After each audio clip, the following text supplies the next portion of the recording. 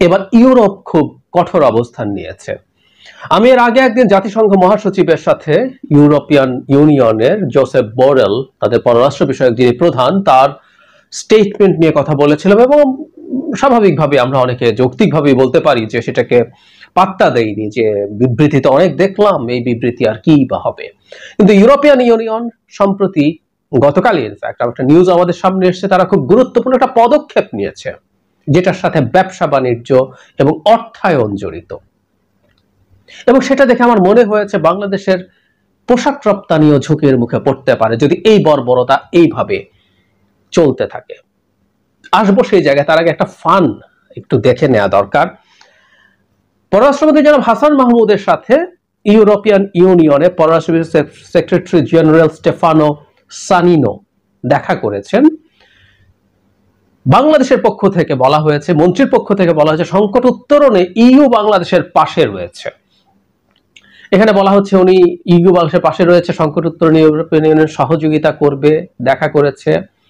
উনি কি বলেছেন জানান, সেক্রেটারি জেনারেল নাকি বলেছেন প্রধানমন্ত্রী শেখ হাসিনার নির্দেশে হতাহত হামলার ঘটনার বিচার বিভাগীয় তদন্ত কমিটি গঠনের বিষয়টিকে স্বাগত জানান। তিনি বলেন, আমরা আশা করি স্বচ্ছ তদন্তের মাধ্যমে দোষী ব্যক্তিদের বিচারের আওতায় আনা হবে ও দ্রুত বাংলাদেশ স্বাভাবিক অবস্থায় ফিরে আসবে।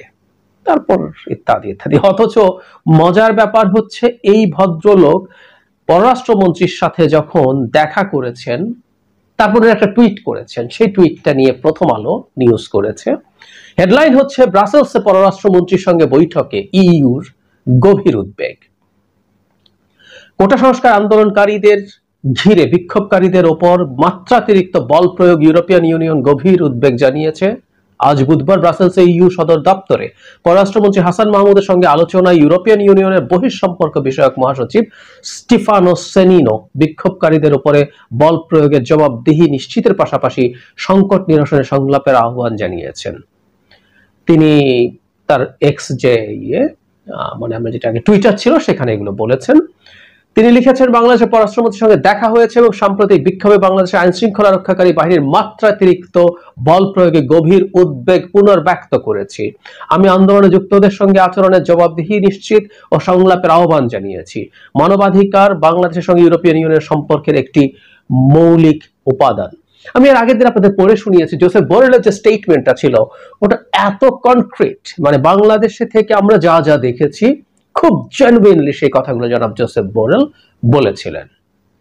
এবার সম্প্রতি যে ঘটনাটা ঘটেছে এটা খুবই ইম্পর্টেন্ট।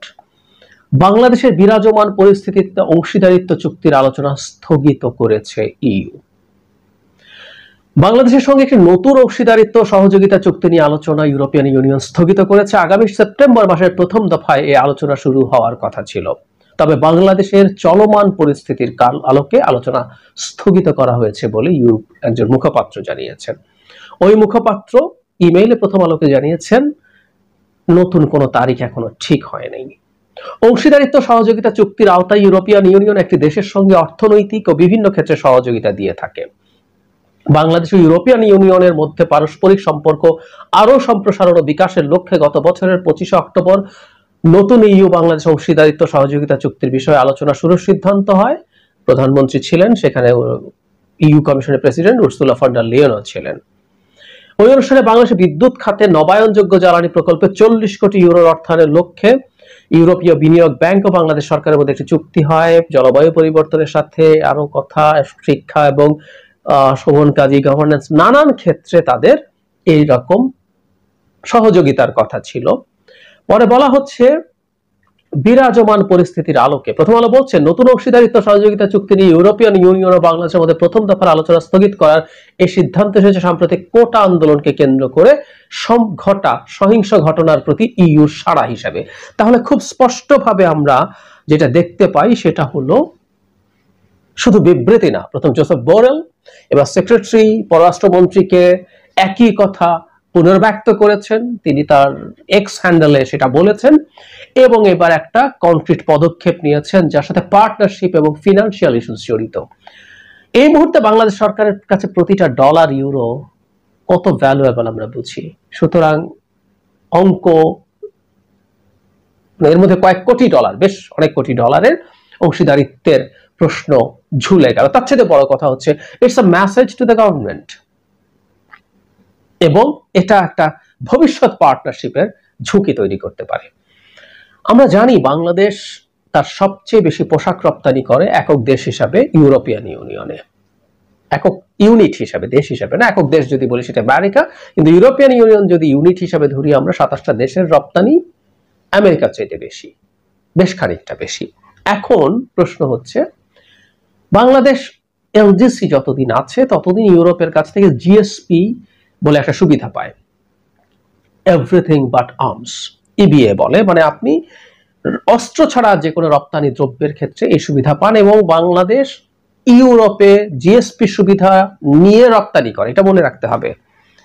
বাংলাদেশ কিন্তু আমেরিকায় পোশাক ক্ষেত্রে কোনো জিএসপি পায় না, এখন জিএসপি নিষেধ আছে, এর আগেও জিএসপি পেত না, রানা প্লাজা ঘটনার পর অন্যান্য সবকিছুতে জিএসপি সুবিধা প্রত্যাহার করা হয়েছে, কিন্তু ইউরোপিয়ান ইউনিয়নে বাংলাদেশ পোশাক রপ্তানি জিএসপির আওতায় আছে। ফলে যেটা হয়েছে বাংলাদেশ একটা তুলনামূলক বেশ সুবিধাজনক ট্যারিফ সুবিধা পায়, তাতে বাংলাদেশের রপ্তানি করা পণ্য তার প্রতিযোগিতার সামর্থ্য টিকিয়ে রাখতে পারে। এখন যেটা হয় জিএসপি হচ্ছে এলডিসির জন্য, আমরা জানি অনেকে এলডিসি থেকে গ্র্যাজুয়েশন হয়ে গেলে তখন জিএসপিটা থাকে না। বাংলাদেশ ফর্মালি এলডিসি থেকে গ্র্যাজুয়েটেড হবে 2026 সালে, এটা করোনার কারণে একটু পিছিয়ে আছে, এটা একটু আগে হতে পারতো। তারপরও 3 বছর মানে 3 বছর এলডিসি যেসব ট্যারিফ সুবিধা সারা পৃথিবীতে পায় সেটা বাংলাদেশ পাবে, তার মানে 29 সাল পর্যন্ত পাবে। তারপর থেকে ইউরোপে আর বাংলাদেশ জিএসপি সুবিধা পাবে না। এখন বাংলাদেশ যদি ইউরোপে তার রপ্তানিতে একই ধরনের বা কাছাকাছি ধরনের সুবিধা পেতে হয়, তখন বাংলাদেশকে ইউরোপের সাথে আলোচনা করতে হবে, এবং সেই আলোচনার ভিত্তিতে তাকে সুবিধাটা নিশ্চিত করতে হবে। সেটা জিএসপি না, সেটা হচ্ছে জিএসপি প্লাস।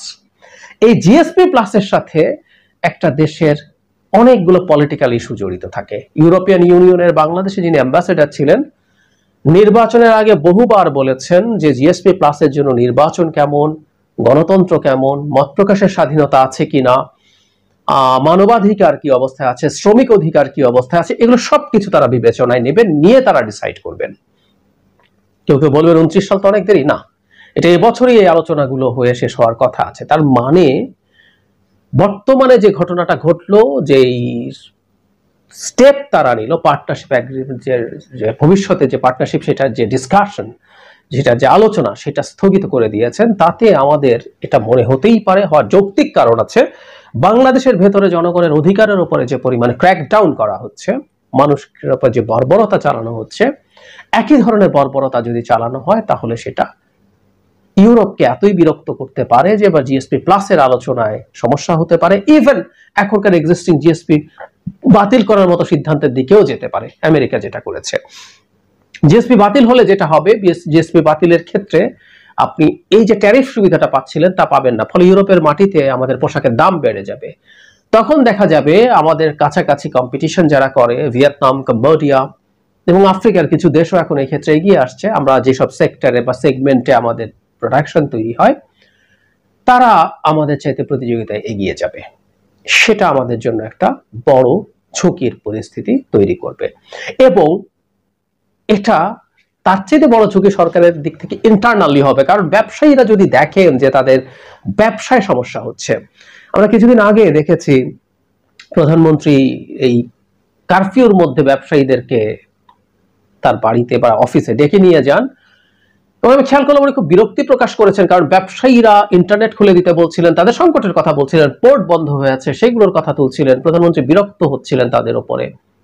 খুব স্বাভাবিক, ব্যবসায়ীরা যদি তাদের ব্যবসা করতে না পারেন, তাদের ক্লায়েন্ট হারিয়ে ফেলেন, এবং দীর্ঘমেয়াদী ঝুঁকির মুখে থাকেন, বিশেষ করে গার্মেন্ট ব্যবসায়ীরা, কেউ কেউ বলছিলেন সেখানে স্পষ্টভাবে, তাহলে তো তারা বিরক্ত হবেনি। পোর্ট না চললে তাদের ব্যবসা চলবে কিভাবে? যদিও খুবই তেল মারা কথা বলা টাইপের 2-4 জন সরকারি অলিগার্ক করেছেন, কিন্তু এই তাদের ইন্টারনাল যে ক্ষোভ আছে সেটা প্রধানমন্ত্রীর সামনে প্রকাশিত হয়েছে। আর এই ব্যবসায়ী নেতারা যখন অন্যান্য টক শোতে যাচ্ছেন, কথা বলছেন, সেখানে তারা বেশ খোলাখুলি ভাবেই সরকারের সমালোচনা করছেন, সরকারের সমালোচনা অন্তত, যে এই অস্থিতিশীল পরিবেশ, ইন্টারনেট বন্ধ রাখা, কারফিউ দেওয়া, এগুলো তাদেরকে ইম্প্যাক্ট ফেলছে।